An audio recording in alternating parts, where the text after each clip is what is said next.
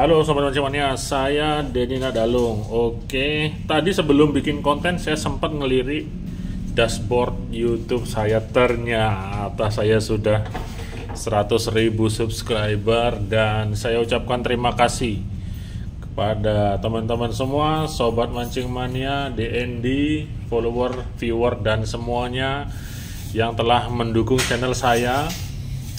Sekitar 6 tahunan sudah. Dari sekitar tahun 2017-2018 tuh saya sudah mulai bikin channel hingga sekarang, dan dimana channel DND itu lebih bersifat segmented sih dia, jadi khusus yang memang pemancing dan pecinta dunia real saja. Beda kalau channel yang misalnya yang universal kayak channel makan-makan misalnya, atau channel petualangan, itu kan universal, semua orang bisa nonton. Nah kalau channel mancing atau yang spesifikasi lagi real pancing, nah itu segmented banget dia, jadi nggak akan semua orang suka, tapi toh demikian tetap ada 100.000 subscriber, tetap ada dia. Jadi ya saya bersyukurlah, dan selama saya bikin channel juga dari AdSense, kemudian dari support vendor, kemudian ada beberapa dari teman-teman juga, banyak sekali kontribusi yang terjadi di channel saya ini. Jadi oke, saya berterima kasih, itu yang pertama. Kedua, saya akan memberikan selamat kepada diri saya sendiri. Ketiga, saya akan pikir-pikir dulu kira-kira giveaway atau apa, nanti saya akan pikirkan dulu.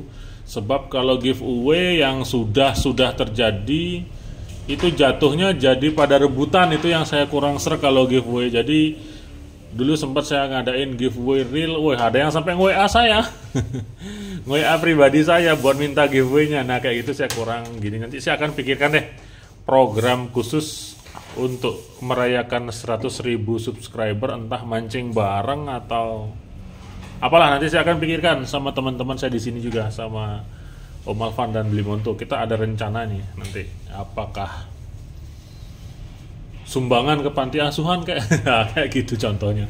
Oke, biar nggak ngelantur 2 menit lebih ini intermezzonya. Ada reel OH terbaru dari Daido, ini Jiking LD. Nah, Daido itu pertama kalinya keluar reel OH-nya, akan saya tunjukin. Blimonto, minta tolong ambil Blimonto. Daido Jiking dulu itu jenangnya tablo sekali. Tablo itu ejekan dulu waktu masa saya sekolah SD. Tablo itu artinya tampang blow on. Kalau Daido Jiking yang dulu ini kayak gini. Berat iya, kemudian dulu sering ada masalah di sini, tensionnya nggak terkontrol, sering nempel ini dulu. Bahkan saya sempat bahas juga masalah ini. Kemudian yang sering terjadi, ininya patah. Ini patah nih, as gearnya. Dan sekarang ini di-upgrade lagi menjadi seperti ini.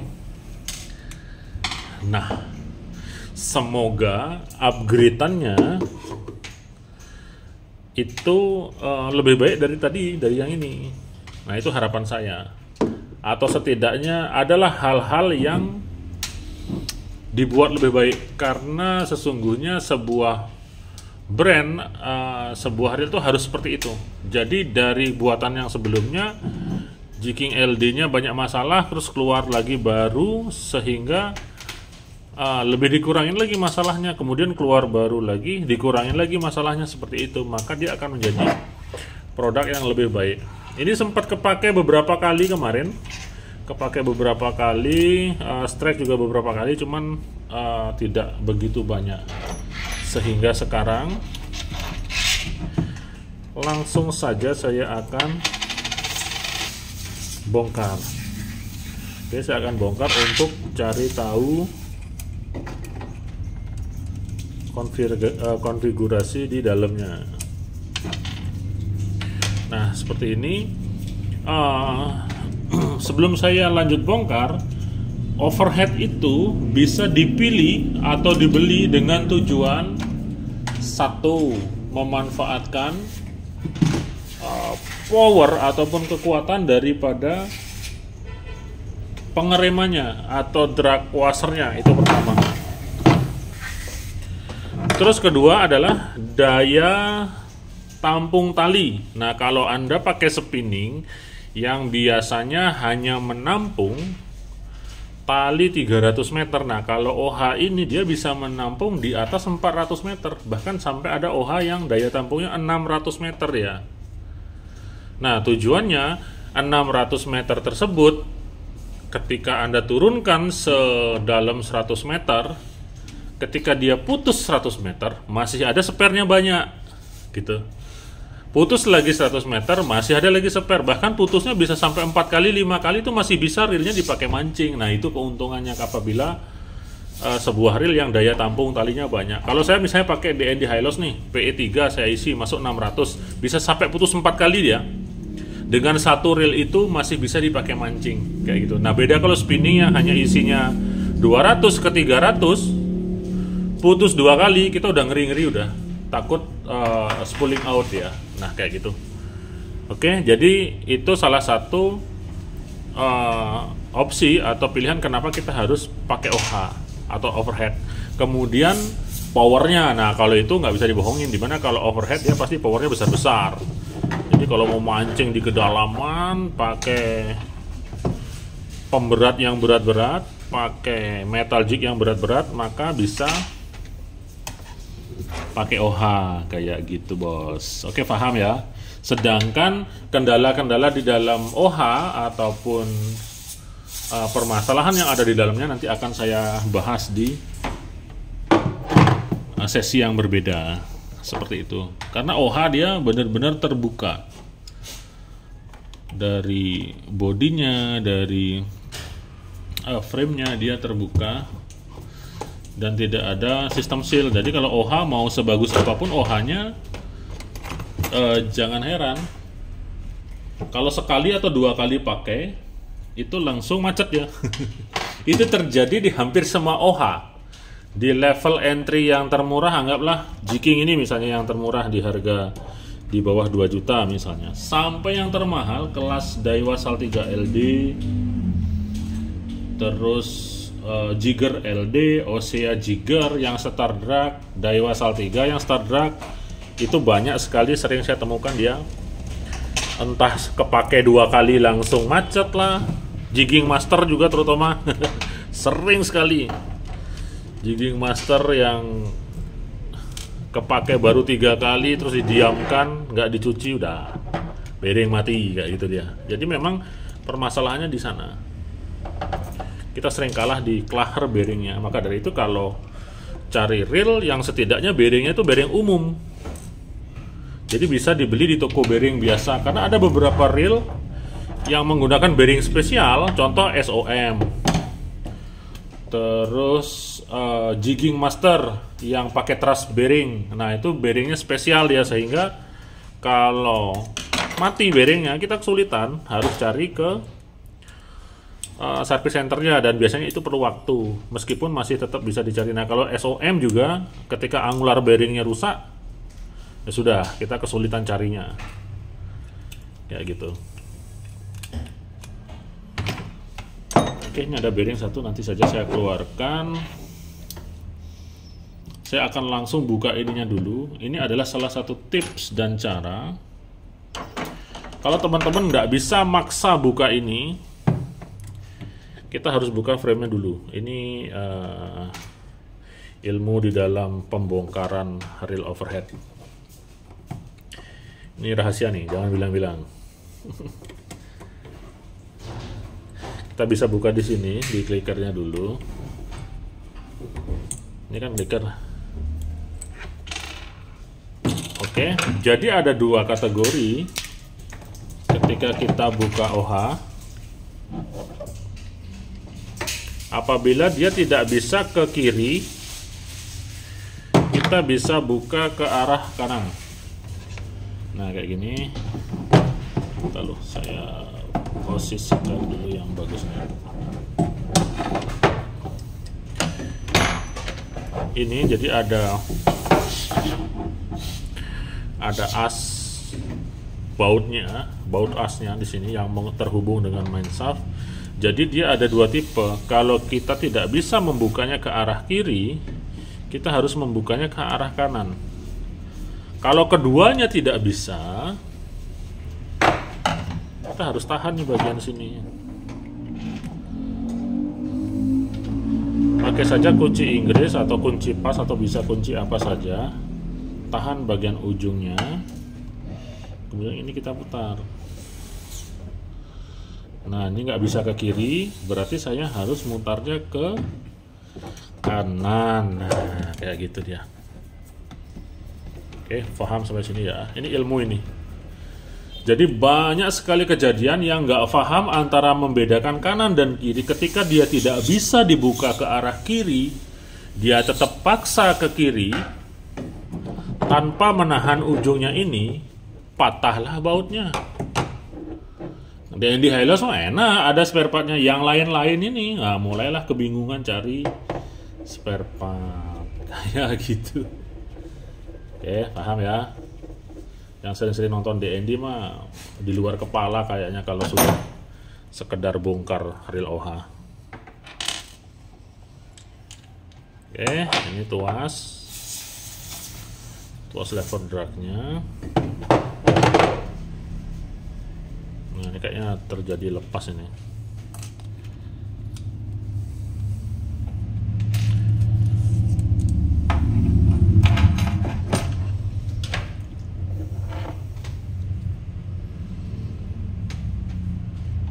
Ada docking.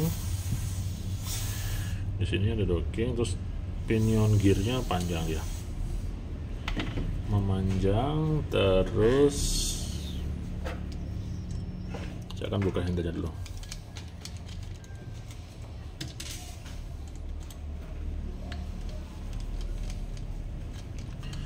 Kalau yang jiking sebelumnya apa ya gearnya? Stainless steel ya? Stainless dia ya? Oh ya benar. Brass baru yang ini. Habis itu keluar lagi brass. Oh berarti dapat di upgrade lagi berarti ya? 3 kali dia. Stainless dulu ya benar dah. Dulu pertama kali keluar ini saya ingat, saya ini sampai nanyain beli montu, lupa ingat saya. Pertama kali keluar itu yang ini stainless steel. Setelah itu yang versi keduanya ya, jiking diganti pakai brass. Nah sekarang yang ini juga pakai brass dia pakai kuningan seperti itu.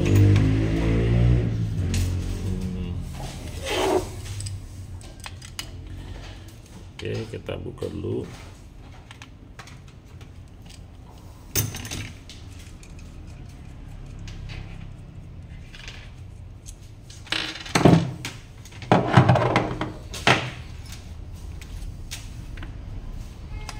Berarti dirubah ke kuningan ini cari halusnya berarti. Cari halusnya.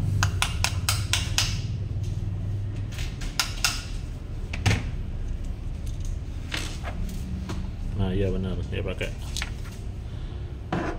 pakai kuningan. Seperti ini. Kemudian asnya pakai stainless steel.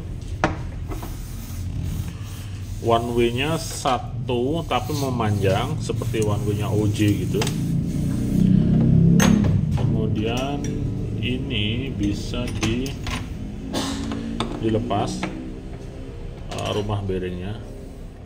Jadi kita gampang nanti kalau mau ganti bearing kita tinggal lepas ini untuk mereplace atau mengganti bearingnya. Karena kalau yang nggak ada ininya seperti Maguro Deep Egg punya, kalau bearingnya sudah terlalu lengket itu sulit kita mengeluarkannya kecuali kita pakai tracker bearing. Nah kalau ini kan ada bautnya dia sehingga gampang ini, tinggal buka ini kita bisa dorong. Selanjutnya kita masuk ke bagian spool dan pengereman.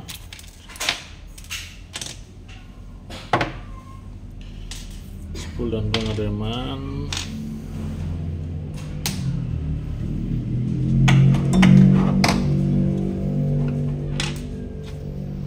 Oke, spool dan pengereman saya rasa mekanismenya tetap sama sih.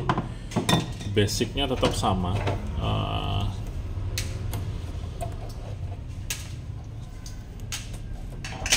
Seperti ini.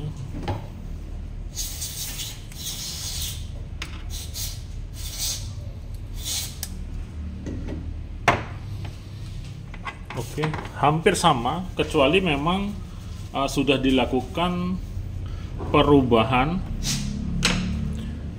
material gearnya dari yang versi pertama itu stainless steel, kemudian versi kedua menggunakan kuningan atau brass. Nah, sekarang yang versi ketiga ini menggunakan kuningan juga, seperti itu. Lalu saya coba.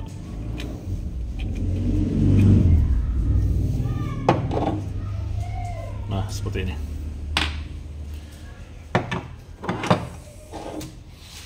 Oke, nah sekarang kita tinggal lihat saja budgetnya. Kalau seperti ini di angka 2 jutaan saya rasa nggak masalah sih. Apabila dijual di bawah 2 juta ya akan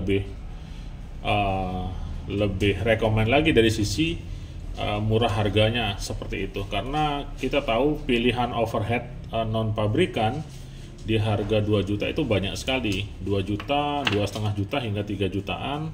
Tinggal sekarang Anda tentukan dia sesuai dengan budget masing-masing, kemudian peruntukannya, kemudian rasionya yang terutama. Rasio itu penting. Ini rasio berapa dia?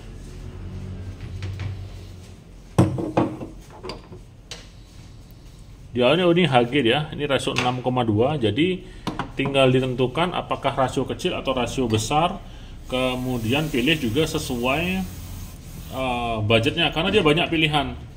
Dan yang lebih paten lagi, pilihlah yang memang ketersediaan spare partnya itu ada. Itu yang sering saya wanti-wanti, karena overhead itu memang rawan daripada masalah. Karena gini nih, udah sering sih saya sebutin, ini saya sebutin lagi. Nah, kayak ini. Ini ketutupan 10. Ini ketutupan 10. Nah, kelihatannya dia tertutup kan? Tapi kalau spool ini kesiram, sudah langsung ke sini. Di mana di sini ada bearing. Nah, sekarang kita lihat bearingnya. Apabila bearingnya dia tidak terdapat grease di dalamnya atau alias bearing kosong, maka selamat, Anda berada di ambang masalah real. Anggaplah, kalau kita cek bearing utamanya dulu ya, bearing yang ada di, bisa dibuka nggak sih? Bisa-bisanya.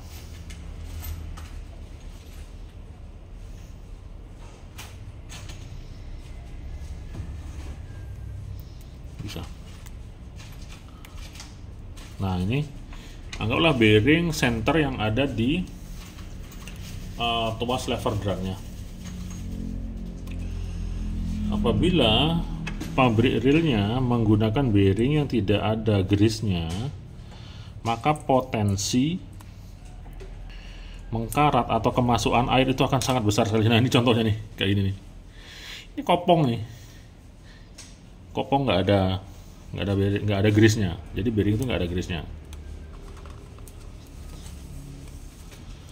Kalau reel yang Anda beli pakai bearing yang model seperti ini, percaya sama saya, mau dia mereknya GM, mau dia mereknya OJLD,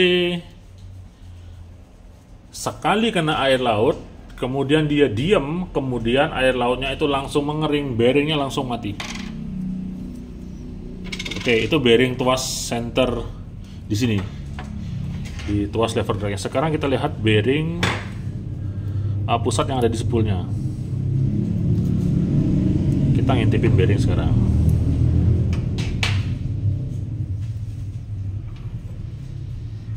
Nah, ini bearing yang ada di center spoolnya.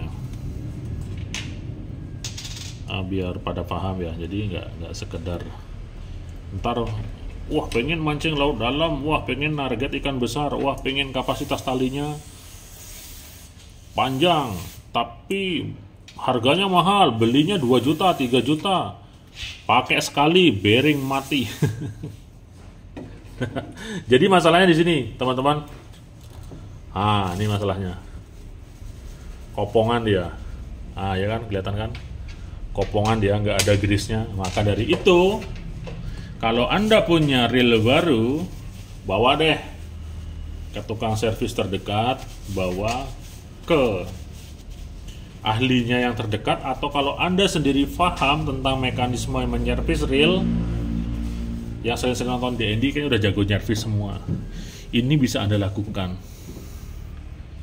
Sederhananya, bearing yang kopong tadi, kasihin grease tuh kayak gini. Gunakan grease yang tipikalnya lembut, atau kalau pakai grease yang ada di reelnya juga nggak masalah sih. Nanti memang dia putarannya akan terasa sedikit kayak kental gitu putarannya, tapi membuat bearing itu menjadi awet dan tidak akan langsung macet dalam penggunaan sekali ataupun 2 kali. Nah, kayak gini udah.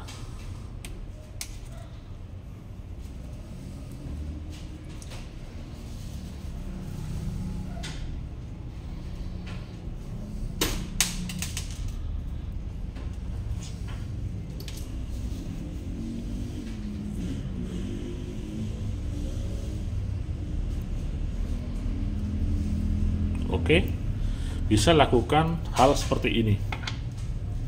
Karena saya sangat sering sekali menemukan reel-reel keluaran baru dari pabrik itu bearingnya kopongan semua. Mudah-mudahan didengar sama pabrik. Jadi kalau kasih bearing ya isiin grease, cuman terkadang pabrik pun ngapain gua repot-repot ngisiin grease di dalam bearingnya, kan jadi awet reelnya nanti. Kalau reelnya awet kan nggak ada orang beli reel lagi, nanti pabriknya tutup. Kayak gitu. Jadi sebenarnya informasi saya ini nanti bisa membuat reel Anda jadi awet. Anda nggak bisa beli reel lagi nanti, karena reelnya ini selalu awet ya, kayak gitu. Jadi mekanismenya seperti itu. Tapi kalau baru beli harga 2 juta, pakai sekali langsung macet, kan kadang-kadang kita jengkel juga nih. Emosi kita, reel baru beli pakai sekali langsung macet kayak gitu. Oke, sampai di sini semoga informasi yang saya sampaikan di dalam review saya ini bermanfaat untuk teman-teman semua. Dan kembali lagi ke khusus Daido-nya, setidaknya sudah melakukan perubahan, meskipun dari konfigurasi saya rasa basicnya sama, cuman di sini terasa lebih ringan. Mungkin karena ukurannya ya, saya merasakan lebih ringan. Yang ini jauh lebih berat ini. Seperti itu, lebih ringan. Tinggal nanti ditentukan saja sesuai budgetnya. Terlebih lagi kalau Daido bersedia menyediakan ketersediaan spare partnya, terutama ini sih bearing, ini penting nih, sediain aja bearing-bearingnya gitu. Ntar yang rawan yang lainnya biasanya yang begini-begini, ini sering pecah biasanya. Kalau gear sama pinion gear jarang dia ada cacat atau pecah, tapi kadang-kadang hal itu juga sering terjadi. Drag washer kadang-kadang bisa tipis meskipun lama. Kemudian ini kadang-kadang sering kalah dia. Kalau ini sudah kadung karatan karena dia stainless steel, kalau ini karatan dia bisa langsung patah gitu. Jadi nggak harus semua disediakan spare partnya, kita sediakan yang penting-penting saja, spare part centernya saja, terutama si bearing sih kalau saya. Oke, demikian informasi yang saya sampaikan, semoga bermanfaat. Sampai ketemu lagi. Kayaknya saya mau mancing lagi tuh sama teman saya yang bule itu. Mudah-mudahan ada strike. Mau saya ajak mancing dia di kedalaman 200 meter. Kita lihat nanti gimana dia jadinya. Saya Dinian Adalung, 2 jempol untuk Anda semua. Mancing Onias semakin mantap.